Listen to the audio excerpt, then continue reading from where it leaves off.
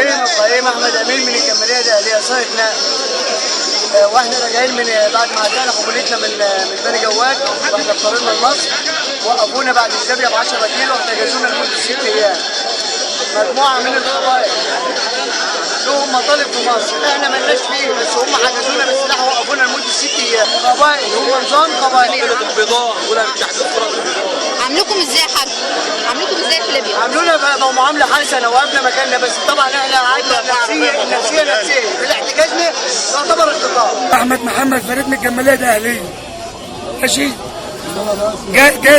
جينا في شتابيه، قمنا الفجر مشينا، جينا بعد 10 كيلو على الصحراوي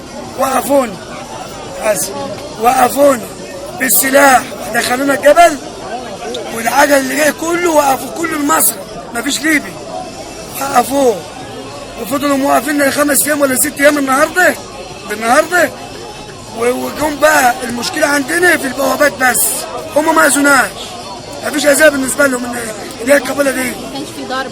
لا ما كانش فيه، هو تهديد بالسلاح بس في الاخر لما بيقدموا لكم اكل؟ احنا بقى نروح نجيب من الشبيه واحد يروح سيارة من معاهم بحراسه، واحد يروح يجيب من الشبيه وين، تمام. فجينا بقى لما احنا اتصلنا بالسفاره وكده والبيان بتاع سياده الفريق السيسي طلع، حد فيه خف، بمعنى الاصح كده خف. ماشي. وجينا رحنا نتفرج عن الانباء.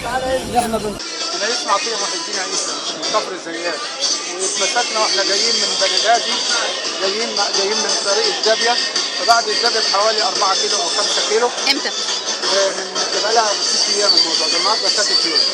فلقينا ناس واقفه على الطريق ووقفتنا ومعاها سلاح وقالوا خش الجبل، ودخلونا الجبل وخدوا مننا الترخيصات والجوازات.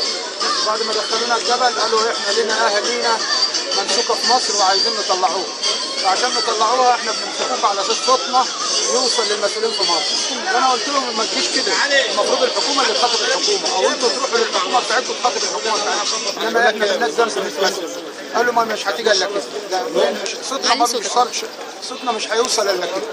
ومسكونا وقعدنا بقى لنا 5 ايام، واول يوم كانوا متهورين شويه، فواحد منهم متهور شويه، فقال يا جماعه انا لو ما فرغوش عنهم في خلال 10 ايام انا هحطكم في حفره واردم عليكم. لا تاني يوم هدى العمليه شويه وعملونا كويس، ما حدش اتخلى علينا ولا حاجه، بس احنا برضو الوقفه مش سهله بالنسبه لنا. فلما جت المخابرات الحمد لله المصريه عملت تصالح مع القبائل وطلعنا. طيب